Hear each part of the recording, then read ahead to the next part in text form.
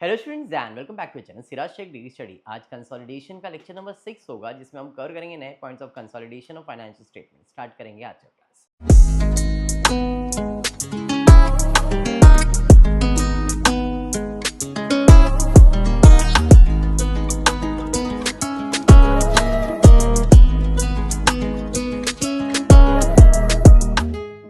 चलिए, previous 5 lectures में मैंने आपको कंसोलिडेशन और उसके स्टेप्स बता दिए।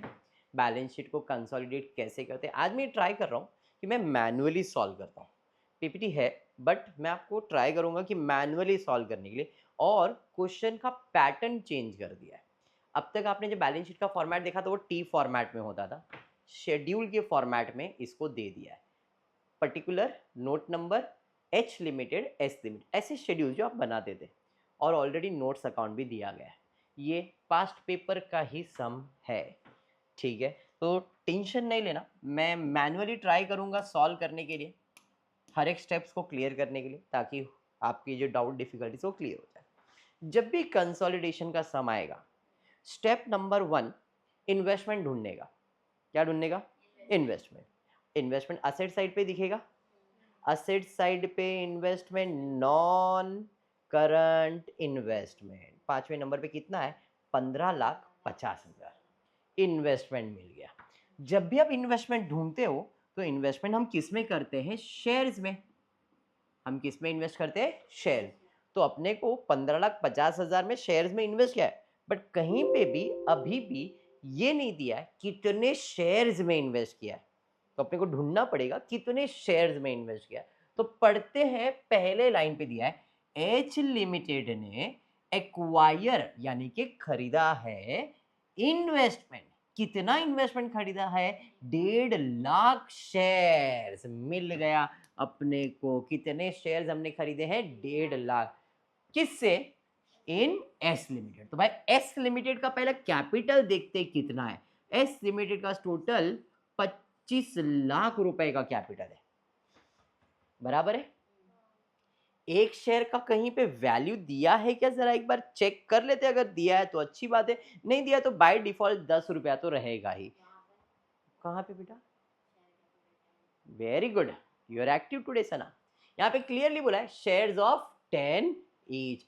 25 लाख रुपए जो नोट्स अकाउंट बनाया उसके अंदर बाइफर्केशन दे दिया है। तो इसका मतलब ये है सना, मेरे पास यानी कि एस लिमिटेड के पास टोटल 2.5 लाख शेयर्स है। एक का वैल्यू 10 करोगे तो 25 लाख हो जाएगा ना। स्टेप नंबर 1 क्या था? इन्वेस्टमेंट ढूंढना था। मैंने इन्वेस्टमेंट ढूंढ लिया। कितना इन्वेस्टमेंट किया मैंने? 2,50,000। एग्री करते हो? 2,50,000 में से होल्डिंग कंपनी और सब्सिडरी कंपनी का शेयर ढूंढेंगे। तो होल्डिंग कंपनी ने कितना इन्वेस्ट किया शेयर्स में? 1.5 लाख शेयर्स में इन्वेस्ट किया है। तो 2.5 में से 1.5 तो इसके पास है, तो बचा कितना? 1 लाख। 2.5 लाख हो गया ना। तो इससे हम क्या फाइंड कर सकते हैं? रेशियो। कैसे? 4 जीरो और 4 जीरो कट, तो क्या बच गया? 15:10। 5 का टेबल तो सबको आई होप आता ही होगा, आप लोग को भी आता रहेगा। 5 2 जा 5 3 जा। इसका मतलब ये है कि जो भी प्रॉफिट का बंटवारा होगा वो कौन से रेशियो में होगा? 3:2। स्टेप नंबर 1 समझ में आ गया। चलिए, तो स्टेप नंबर 1 में सॉल्व करता हूँ। यहाँ पे working note 2.5 lakh shares, holding company का 1,50,000, सब्सिडरी यानी कि माइनॉरिटी कंपनी का 1 लाख। 3:2 रेशियो। यहाँ तक मैनुअली में जो मैंने सॉल्व किया उसको मैंने यहाँ पे प्रेजेंट किया। पहला स्टेप हर समय यही करना है, पहला स्टेप यही करना है। एग्री? दूसरा स्टेप क्या है? अब दूसरे स्टेप में जो रिजर्व्स होते हैं किसके? सब्सिडरी कंपनी के, उसका बाइफर्केशन, बंटवारा करना। स्टेप नंबर 1 है इन्वेस्टमेंट, उसमें कितना क्या है वो देखना है। स्टेप नंबर 2 है जो भी रिजर्व्स है किसका? सब्सिडरी कंपनी, उसका बंटवारा करना है। किस में? तो उसका बंटवारा करना है कैपिटल में और रेवेन्यू में। 3 तरीके कि भाई बंटवारा करने के लिए सबसे पहला देखना पड़ेगा कि आपने जो इन्वेस्टमेंट किया है वो कब किया है।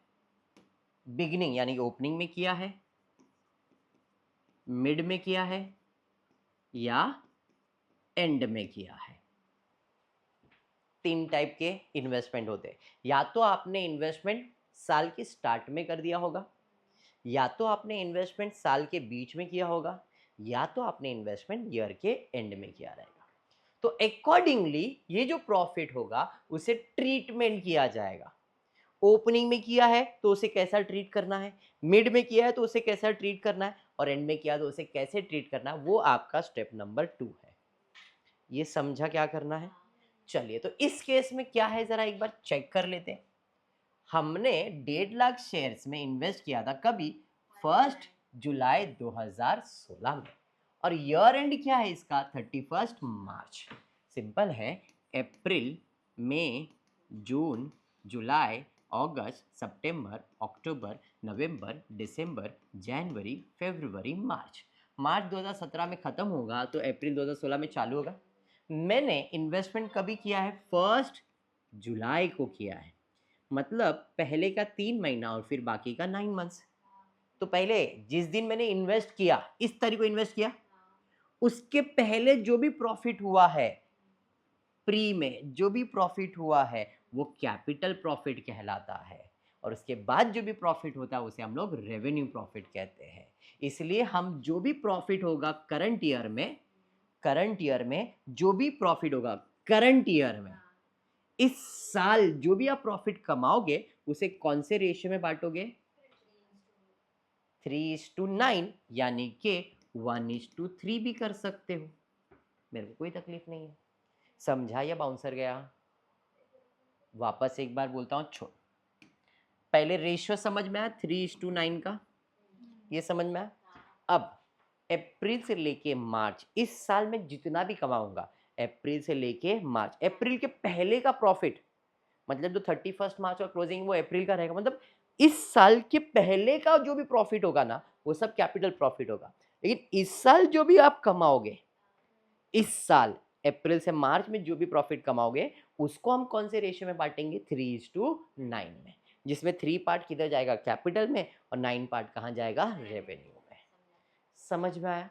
कौन सा प्रॉफिट? करंट ईयर का प्रॉफिट। उसके पहले का जितना भी प्रॉफिट है सब कैपिटल प्रॉफिट। क्लियर? सर हमको कैसे समझेगा? तो देखते हैं ना कैसे समझेगा। यहां तक ये लाइन क्लियर? 3:9 बराबर? हाँ, चलिए। अब बंटवारा करने के लिए टोटल इसके पास 6.5 लाख रुपया है। अब 6.5 लाख का ना बंटवारा नोट्स अकाउंट बनाया है। यहाँ पे देखो, रिजर्व एंड सरप्लस। इसमें उसने बोला है 4 लाख रुपए का जनरल रिजर्व है, आगे दिया है surplus credit balance of profit and loss, कितना? 2.5 लाख रुपए। मतलब 6.5 लाख का बंटवारा में 4 लाख तो जनरल रिजर्व का है, और प्रॉफिट एंड लॉस का इस साल का सरप्लस कमाया कितना है? 2.5 लाख रुपया। तो जो पहले से है, जो रिजर्व है वो पहले से होता है, तो जो भी जनरल रिजर्व वो किधर जाएगा? इस साल का है क्या? वो पहले का है। और सरप्लस ड्यूरिंग द ईयर कितना दिया है? 2.5 लाख रुपया। सॉरी, 2 लाख क्यों माइनस किया है? एडजस्टमेंट है उसके ऊपर। देखो यहां पे general reserve appearing in the balance sheet of S Limited has remained unchanged since 31st March 2016 तक। मतलब ये तो ओपनिंग का ही हो गया। Profit earn by S Limited for the year ended 31st March। 31st मार्च अपना साल है। इस साल जो ये लोग ने प्रॉफिट कमाया है वो कितना है? अभी मैंने क्या बताया था? अभी मैंने जो भी मैं इस साल कमाऊंगा, अभी मैंने कितना कमाया? 2 लाख। ये कौन से रेशियो में बटेगा? 1:3 या 3:9 में। सर लेकिन प्रॉफिट एंड लॉस में तो 2.5 लाख रुपया दिख रहा है, इसका मतलब 50,000 तो पहले से मैंने कमा के रखा है। टोटल कितना है? 2.5 लाख है। 2.5 में से 2 लाख इस साल कमाया, और 50,000 पहले से, और जो पहले से वो कहाँ जाएगा? समझ में आया? और जो इस साल है वो कौन से रेशियो में बटेगा? अब भी समझ में आया क्या बोलना चाह रहा हूँ? तो मैंने 50,000 डाल दिया कैपिटल प्रॉफिट में, बचा 2 लाख, और ये 2 लाख को कौन से रेशियो में बांटूंगा मैं? 3:9 या 1:3, जैसा बांटना है आपको। देखो ये रेशियो आ जाएगा, करके चेक करो। 50 और 1.5, 2 लाख हो गया। समझा या बाउंसर गया? तो 6.5 लाख का बंटवारा समझ में आया? देखो 5 लाख और 1,50,000, बस ये आपका स्टेप नंबर 2 खत्म। ये जान है कंसोलिडेशन का, बोलते heart of consolidation is this. अगर आप ये कर ले तो इसके बाद कुछ भी नहीं, चिंदी एडजस्टमेंट्स आएंगे। अभी समझा या नहीं? अच्छे से पक्का करने की जरूरत है मेरे को आगे कुछ? चलिए डन। आगे अब स्टेप नंबर 3 पे, हमने जो इन्वेस्टमेंट किया है 15,50,000, इस ये इन्वेस्टमेंट करने से मुझे प्रॉफिट हुआ या लॉस वो निकालना है, जिसे हम कहते हैं। अच्छा इसके पहले ये बंटवारा कर लिया।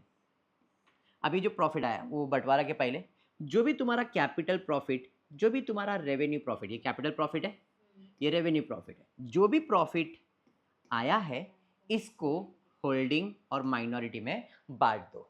5 लाख को कौन से रेशियो में बांटोगे? 3:2। इसको कौन से रेशियो में बांटोगे? 3:2। ये बांटना जरूरी है। पहले प्रॉफिट निकालो, कैपिटल रेवेन्यू कितना है, उसके बाद 5 लाख में होल्डिंग माइनॉरिटी, होल्डिंग माइनॉरिटी। समझा या बाउंसर गया ये पार्ट? 5 लाख का बंटवारा 3 लाख और 2 लाख, 1.5 लाख का बंटवारा 90 और 60, कौन से रेशियो में? ये वाले में नहीं। समझा ना? इस रेशियो को सिर्फ जो करंट ईयर का प्रॉफिट है उसमें यूज करते हैं अपन। हाँ हमेशा। कौन सा एडजस्टमेंट? जब कुछ दिया ही नहीं रहेगा तो ये 2.5 लाख को मैं किधर डालने वाला था? समझ गया? तो फिर समझा ही आपको यहाँ तक? जो 5 लाख और 1.5 लाख का बंटवारा समझ में? अब मैं बात कर रहा था मुझे फायदा हुआ या नुकसान। कॉस्ट ऑफ कंट्रोल, इसमें सबसे पहला कॉस्ट ऑफ इन्वेस्टमेंट, मैंने कितने का इन्वेस्टमेंट किया था? 15,50,000 का। कितने का इन्वेस्टमेंट किया है? 15,50,000। उसका कॉस्ट कितना था? तो सर आपने 1.5 लाख शेयर में इन्वेस्ट किया था और एक शेयर का वैल्यू 10 है, मतलब 15 लाख है। प्लस इस साल कैपिटल प्रॉफिट कितना कमाया? कैपिटल प्रॉफिट 5 लाख कमाया, बराबर है। उसमें होल्डिंग ने कितना कमाया? 3 लाख। तो ये 3 लाख भी अपन इसके अंदर ऐड करेंगे। रेवेन्यू नहीं, कैपिटल प्रॉफिट होल्डिंग का जितना भी रहेगा वो कॉस्ट में क्या करते हैं? ऐड करते हैं। तो इसका मतलब इस प्रॉपर्टी का कीमत कितना है? 18 लाख। 18 लाख का सामान मुझे कितने में पड़ रहा है? फायदा के नुकसान? प्रॉफिट हुआ ना, उसे हम लोग कहते हैं कैपिटल रिजर्व। 18 लाख का सामान 15 लाख में पड़ रहा है, मतलब कैपिटल रिजर्व। समझ में आ गया? बस अब दूसरा चीज कैलकुलेट करना है, माइनॉरिटी इंटरेस्ट। उसमें सबसे पहला माइनॉरिटी का कैपिटल कितना है? 1 लाख, और एक का वैल्यू है 10, तो कैपिटल हो जाएगा 10 लाख।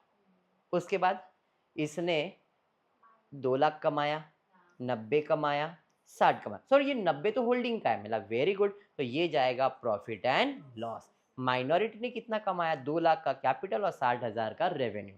यहाँ पे हम 2 लाख कैपिटल, 60,000 रेवेन्यू ऐड कर देंगे। टोटल हो जाएगा इसका 12,60,000। माइनॉरिटी इंटरेस्ट समझ में आ गया? डन, काम हो गया। मैंने एक भी एडजस्टमेंट पढ़ा क्या? खाली मैंने सिर्फ जनरल रिजर्व प्रॉफिट लॉस का थोड़ा सा एडजस्टमेंट था वो बताया, बाकी मैंने क्वेश्चन के ऊपर फोकस भी नहीं किया, खाली इन्वेस्टमेंट ढूंढा, कब किया वो देखा, जो भी रिजर्व है उसका बंटवारा किया, होल्डिंग माइनॉरिटी, कॉस्ट माइनॉरिटी, इतना तो करो। इसको मार्क्स नहीं है, मैं अभी बोल देता हूँ, इसको मार्क्स नहीं है। मार्क्स अब से चालू होने वाले नोट्स बनाने से। ये वर्किंग है, बट ये वर्किंग कर लिया मतलब आपने काम हो गया है, अभी कुछ बचता नहीं। ये करने के बाद नोट्स अकाउंट बनाएंगे। क्या बनाएंगे? Notes account. नोट्स अकाउंट में रिजर्व बनाना कंपलसरी, बट उसके पहले इधर एक और रिजर्व मैंने बनाया है, कंसोलिडेटेड प्रॉफिट एंड लॉस। आप देख सकते हो इसके पास टोटल कितना प्रॉफिट है? 24 लाख। उसमें बंटवारा करके दिया है, 16 लाख तो इसका जनरल रिजर्व का है और प्रॉफिट एंड लॉस का कितना है? 8 लाख। तो मैंने एच लिमिटेड का 8 लाख दिखाया और जो 90,000 है वो, तो टोटल इसका प्रॉफिट एंड लॉस अब कितना हो गया? 8,90,000 बेसिक। चलिए आ जाते हैं इधर, नोट्स अकाउंट बना लिया। नोट्स अकाउंट बनाने के बाद पहला reserves and surplus. Reserves and surplus के अंदर आप देख सकते हो इनके पास है जनरल रिजर्व, इनके पास है profit and loss, but profit and loss 8 lakh नहीं है, कितना आएगा? 8,90,000। अभी बताया ना इधर, बराबर ना? अरे क्लियर हुआ? पक्का? चलिए नेक्स्ट, और कुछ इसके पास रिजर्व है क्या? नहीं। हमने ये बिजनेस जब बेचा, जो इन्वेस्ट किया उसमें हमने वो प्रॉफिट हुआ था, कैपिटल प्रॉफिट कितने का? 2.5 लाख। सर कहाँ हुआ था देख लो, अभी कैपिटल प्रॉफिट हुआ था 2.5 लाख, तो वो भी अपने रिजर्व्स में क्या हो जाएगा? ऐड हो जाएगा। तो रिजर्व्स एंड सरप्लस समझा या बाउंसर गया?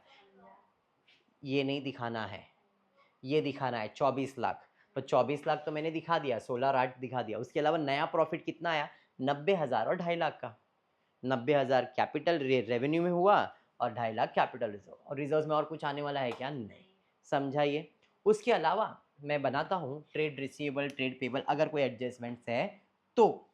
एडजस्टमेंट नंबर 1 क्या था? आप देख ले। जनरल रिजर्व, सर वो तो कर लिया। प्रॉफिट एंड लॉस, वो भी कर लिया। Adjustment number 3, on 1st Feb 2017 H Limited sold to S Limited goods costing rupees 80,000 for 1 lakh। 80,000 का गुड्स था, H लिमिटेड ने किसको बेचा? S को। कितने में बेचा? 1 लाख रुपए में। एग्री? मतलब मैंने 20,000 रुपये कमाया ना, मैंने कमाया उसको बेच के, बट उधार में बेचा, तो कमाया है क्या? सर आपको कैसे मालूम रहा उधार में? मैंने 11th स्टैंडर्ड में पढ़ाया है कि जब भी परचेज है, जब भी सेल्स है और किसी का नाम है, मतलब वो क्रेडिट ट्रांजैक्शन है। इधर क्लियरली बोला है एच लिमिटेड ने गुड्स किसको बेचा? एस को। नाम आ गया ना, मतलब वो क्रेडिट ट्रांजैक्शन है। मतलब इसने 80,000 का गुड्स कितने में बेचा? 1 लाख रुपए। तो सामने वाले को कितना मिलने वाला है? मुझे 1 लाख मिलने वाला है। किसके पास है? एस के पास है। एग्री करते हो? चलो ठीक है, आगे। 25% of this goods remain unsold with S. मैंने 80,000 का गुड्स बेचा। कितने का गुड्स बेचा? 80,000 का मैंने बेचा, उसने खरीद लिया। अब उसने गुड्स बेचा, उसमें से 25% गुड्स अभी तक बच गया है, अभी तक बच गया है। कितना गुड्स बच गया है? 25% गुड्स बच गया है जो उसने बेचा नहीं है। एग्री करते हो? अब वो गुड्स तो फिर से मेरे पास आ जाएगा। क्यों? क्योंकि अब बिजनेस मेरा होगा, वो गुड्स मेरे पास आ जाएगा। गुड्स यानी कि इन्वेंट्रीज, गुड्स यानी कि इन्वेंट्रीज। तो एडजस्टमेंट घुमा फिरा के किसके ऊपर है? इन्वेंट्रीज के ऊपर है। ये समझाइए आपको किसके ऊपर एडजस्टमेंट है? ये एडजस्टमेंट किसके ऊपर है? इन्वेंट्रीज। चलिए सना, मैंने कितने का गुड्स बेचा था? उसे मैंने प्रॉफिट कितना ऐड किया? तो उसका कीमत कितना हो गया? एग्री करती है? हाँ। अभी 1 लाख का गुड्स किसके पास है? एस के पास है। एच लिमिटेड ने किसको बेचा? एस को। 20,000 प्रॉफिट ऐड करके। एग्री करते हो ना? अब इसमें से 25% गुड्स अनसोल्ड है। कितना गुड्स अनसोल्ड है? 75% तो बेच दिया, जो सेल हो गया रहेगा। एग्री कर रही ना? तो इसका मतलब इसका जो 25% है, मैं इसमें से निकालने से अच्छा इसका 25% निकालूं तो? सर इसका क्यों निकाल रहे हैं? क्योंकि वो गुड्स तो मेरे को वापस आने वाला ही है, लेकिन उस गुड्स में मैंने क्या ऐड किया है? प्रॉफिट ऐड किया है। कितना? 80,000 में मैंने कितना ऐड किया है? 20,000। तो मैं उसका 25% अगर वैल्यू निकालूंगा तो 25% प्रॉफिट बाहर आ जाएगा। तो मैं क्या करूंगा, अगर 20,000 100% प्रॉफिट है पूरे गुड्स का, तो 25% प्रॉफिट जो गुड्स नहीं बेचा है उस पे कितना है? क्रॉस मल्टीप्लाई करो जरा, कितना आ रहा है? 5,000 शायद से। तो ये क्या प्रॉफिट में कमा सकता हूँ क्या? ये कमा सकता हूँ क्या ये? तो ये 5,000 मेरे गुड्स में है ना प्रॉफिट। तो मैं क्या करूँगा, जो भी मेरा स्टॉक होगा उसमें से कितना माइनस करूँगा मैं? एग्री किया? बाउंसर गया तो बोल दो, समझ गया तो अच्छी बात है। अभी इसने वर्किंग तो मेरे हिसाब से बनाया नहीं रहेगा। अच्छा बनाया, खाली डायरेक्टली एंट्री दिया है। एच लिमिटेड ने कितने का गुड्स बेचा? उसमें उसने प्रॉफिट कितना ऐड किया? तो उसका कीमत कितना हो गया? अब ये किसके पास है? मतलब उसका स्टॉक 1 लाख रुपए का है उसके पास, उसने बेच दिया। खाली 25% स्टॉक नहीं बेचा। कितना? 25% स्टॉक नहीं बेचा। तो सर 1 लाख का 25 टका निकालो ना, देखो 1 लाख का 25 टका निकालो तो आपको आएगा 25,000, एग्री। बट ये 25,000 के मेरा प्रॉफिट भी है ना, कितना है सर 25 टका, मैंने ऐसा कैसे, 80,000 के गुड्स पे मैंने 20,000 कमाया है, तो ये 20,000 प्रॉफिट 100% है।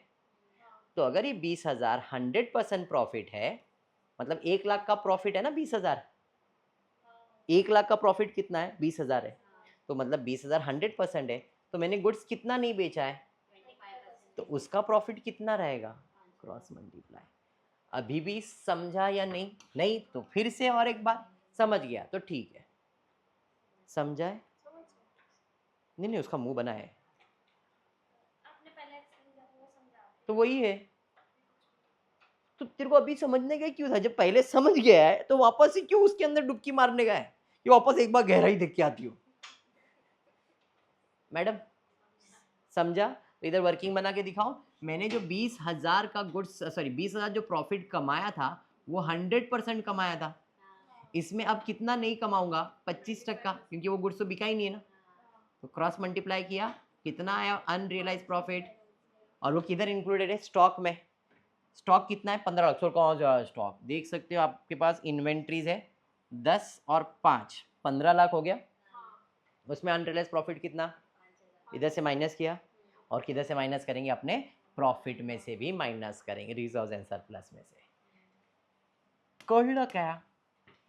अरे कड़ा पक्का इंपॉर्टेंट एडजस्टमेंट है बाबा, टीवाई, अरे एमकॉम, अभी बोल देता हूँ।